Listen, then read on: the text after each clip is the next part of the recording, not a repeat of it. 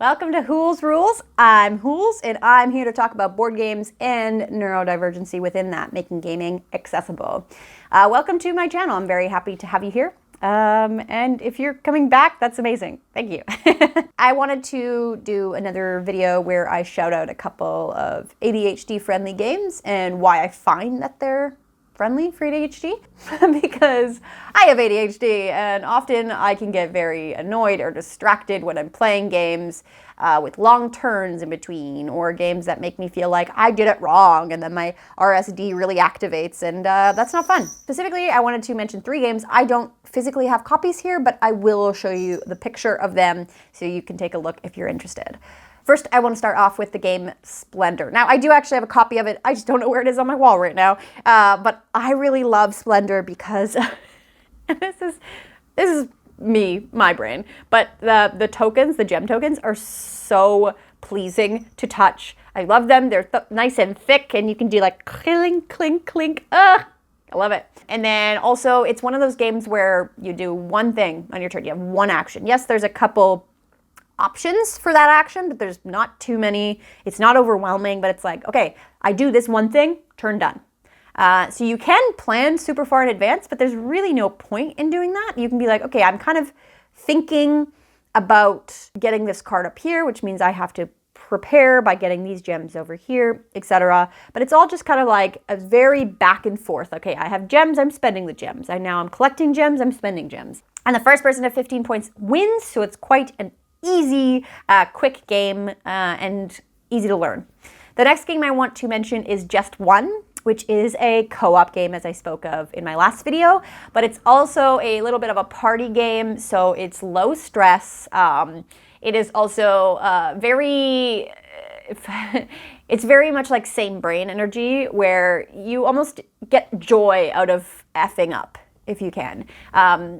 Like, you all have to write one word, just a single word, to try and get someone to guess what the word is on their card.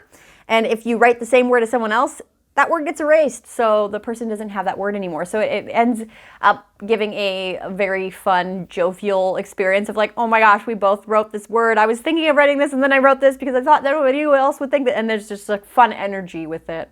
And the other game I want to mention is Welcome To, which is a roll and write game. That's like the term for it, but basically that comes from more of the dice rolling games. You roll the dice, whatever's on there, then you use those dice to do something. Railroad Inc. also does that as well, but with Welcome To, it's cards. So you flip over a series of cards. There are 3 options to choose from, and everyone at the same time selects one of those 3 options and puts it on their page. And then it's just really about who selected the best options and put them in the right spots. But there's almost, I would say, like a very 0.00001% chance that you'll ever have the same board as anyone else, despite the fact that you're using the exact same cards.